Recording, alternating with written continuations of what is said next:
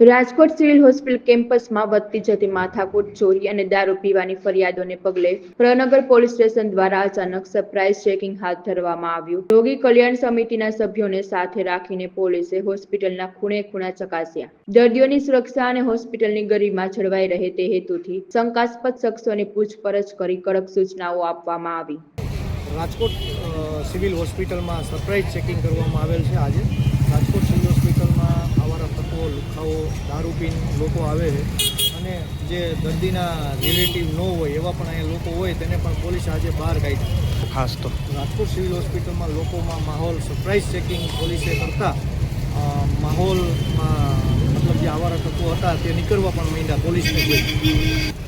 લોકોને જે આવારો તત્વો જે અહીંયા લોકો બેઠા હતા તે પણ અહીં નીકળી ગયા અને પોલીસને સરપ્રાઇઝ ચેકિંગ કર્યું અને ગમે ત્યારે સરપ્રાઇઝ ચેકિંગ પાછું પ્રનગર પોલીસ સ્ટેશન પણ કરશે.